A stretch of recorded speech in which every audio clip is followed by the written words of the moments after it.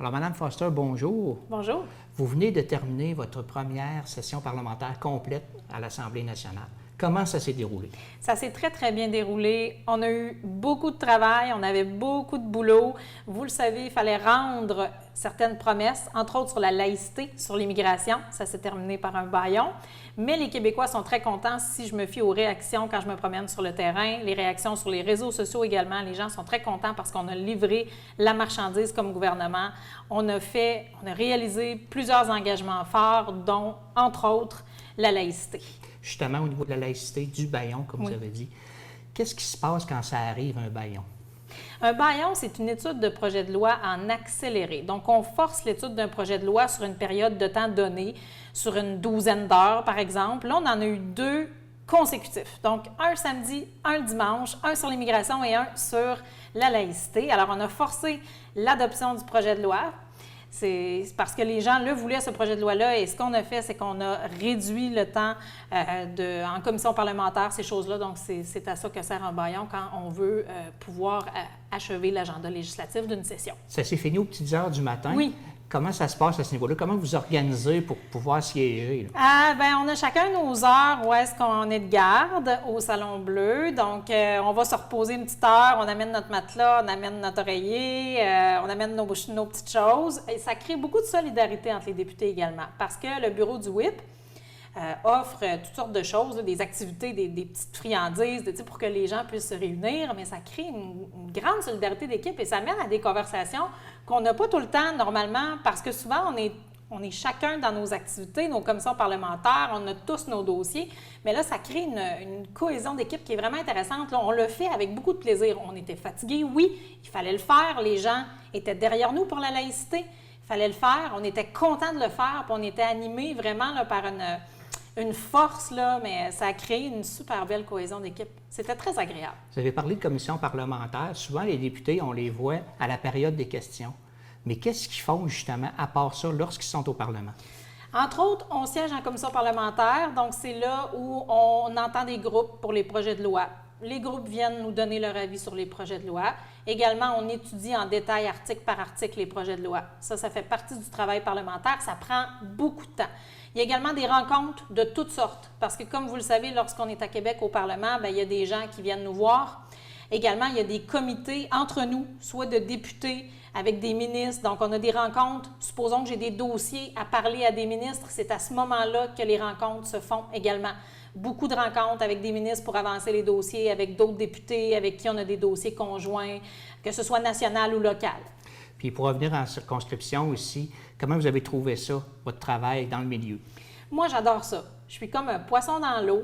C'était pour moi un rêve d'être élu parce que je voulais faire avancer la région. Je voulais avoir, comme on dit, les 2 mains dedans là, dans le développement. Et c'est ce que je fais.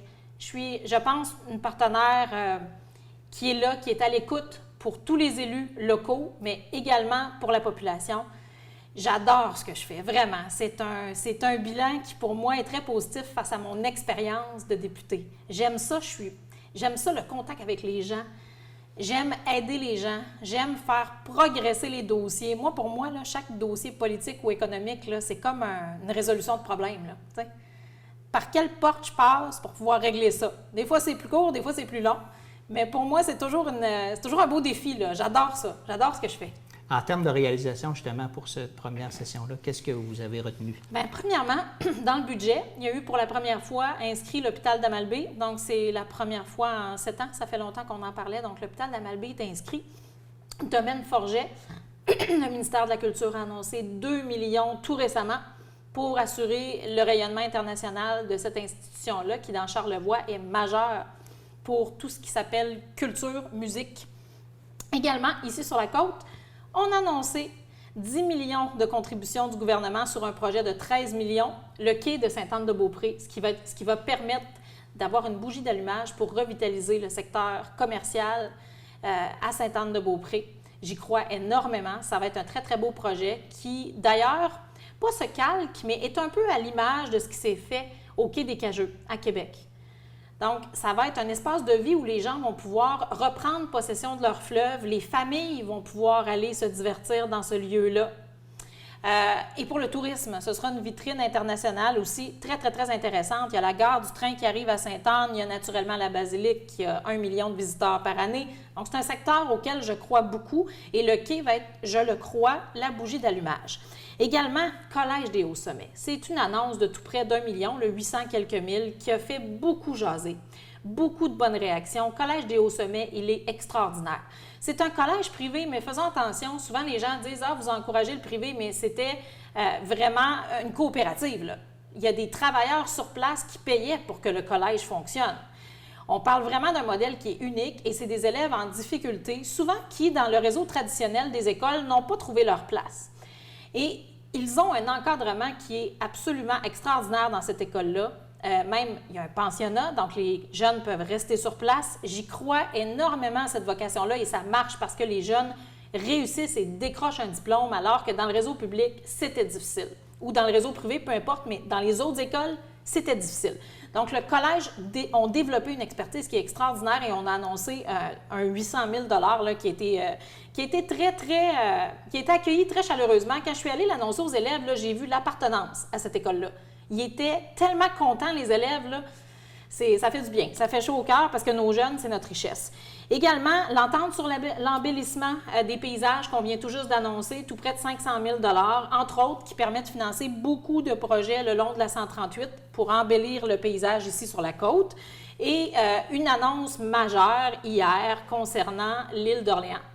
Donc, nous préserverons l'île d'Orléans dans le cadre du troisième lien. Le troisième lien sera un tunnel entre Québec et Lévis et le pont restera indépendant. Donc, ce sera un pont pour l'île d'Orléans.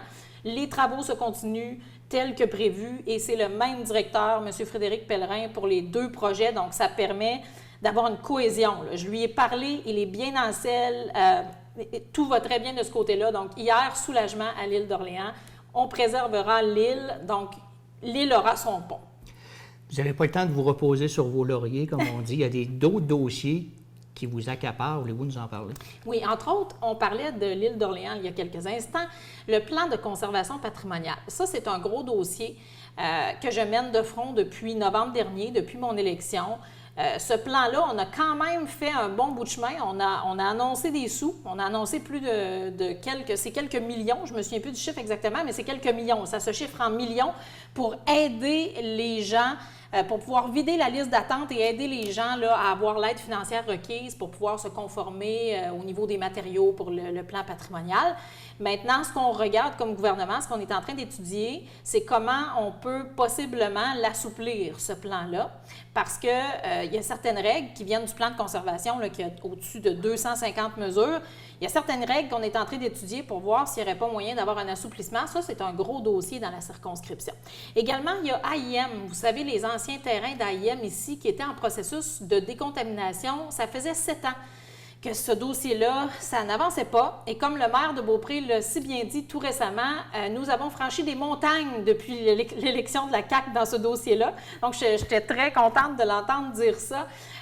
On est très avancé dans le processus. Il y a encore un peu de travail à faire, mais on serait vraiment là aux dernières mises aux normes du ministère de l'Environnement, les dernières technicalités, mais ça devrait bien déboucher ce dossier-là dans la prochaine année et on sait qu'on peut créer un potentiel de 1000 emplois avec ce terrain-là. C'est un terrain qui est très, très vaste, qui est très bien situé dans le parc industriel. Il y a des demandes, il y a des entreprises qui veulent s'y installer, mais il n'y a plus de terrain. Donc, il y a un potentiel de création d'emplois là pour la côte qui est majeur. On parle aux alentours de 1000. Sur un plan plus personnel, au lendemain de votre élection, quand vous êtes arrivé, vous avez vu la charge de travail qui s'en venait. Comment vous avez réagi? Honnêtement, le soir même, lorsque j'ai été élue, j'avais de la misère à être euphorique parce que là, je me disais « Oh, OK, la responsabilité, là, ça m'a comme frappé tout d'un coup. Ça m'a pris 2-3 jours avant de réaliser « Hey, je suis députée. » Ça a été, moi, le choc, je l'ai vécu vraiment là, les 24-48 premières heures, le choc de la responsabilité, hein, parce qu'on porte quelque chose d'important sur nos épaules. C'est une fonction qui est extraordinaire, mais c'est une fonction avec beaucoup de responsabilité également. Mais mon choc, je l'ai eu les 24-48 premières heures. Après ça, je me suis ressaisie, puis tout le bagage politique que j'avais en ayant été dans le personnel politique auparavant, mon doctorat en communication politique et tout ça, ça m'a servi. Mais quand on arrive comme ça, c'est quoi? C'est Ouais. trouver un local, trouver du personnel. Exactement. Donc là, il faut mettre en place la circonscription. Il y avait 3 bureaux. Moi, j'en voulais 3. J'en voulais un pour le secteur de Charlevoix-Est, de Charlevoix-Ouest et de la côte et de l'île, là. Donc, on a ouvert 3 bureaux de circonscription. Ça a été beaucoup de gestion, de paperasse. Il faut mettre tout ça en place. Également, l'élection de notre gouvernement a créé beaucoup d'attentes, hein. C'était un vent de changement qui n'avait pas été vu, il ne faut pas l'oublier, depuis 1976.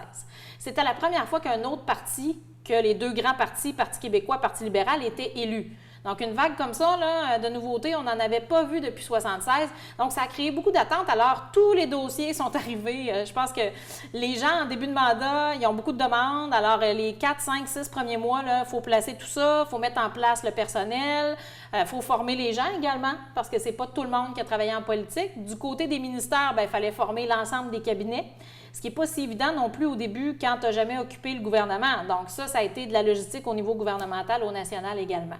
Puis Foster, là, quand on entend ça la première fois, ça vient de où, ça? Charlevoix-Est. Les Foster sont à peu près tous dans Charlevoix-Est. Ça vient d'Irlande ou d'Écosse, là, je ne l'ai jamais vraiment su. Quelque part en Europe, mais au Québec, là, c'est vraiment dans Charlevoix-Est. Moi, mes parents et toute ma famille, Saint-Siméon, dans Charlevoix, la Malbaie, Clermont, mais c'est vraiment originalement de Saint-Siméon. Là, vous avez beaucoup travaillé, comme vous avez dit, les vacances approchent. Qu'est-ce que vous prévoyez faire? Je pense que je vais prendre juste du temps pour moi. Je pense que j'ai juste besoin d'aller m'asseoir quelque part puis d'avoir des vacances plus relaxes pour peut-être une petite semaine ou 2. Mais après ça, on reprend le boulot très rapidement. Et je vais faire le tour du comté parce qu'on va avoir beaucoup d'activités. Donc, cet été, on fait des festivals, on fait des fêtes, on fait toutes sortes de choses. On va être très présent sur le terrain, hein, parce que vous savez, l'été, là, c'est le temps pour un député de pouvoir se rapprocher de son monde, parce que quand on siège à Québec, bien, on est 3 ou 4 jours à l'extérieur, on revient la fin de semaine. Mais là, l'été, on peut être en circonscription pleinement. Donc, ça va me permettre de pouvoir avancer certains dossiers, faire beaucoup de rencontres et également aller à profusion. Là, il y a des activités partout, donc je serai sur le terrain un peu partout. Merci, on vous souhaite un bel été, Mme Foster. Merci.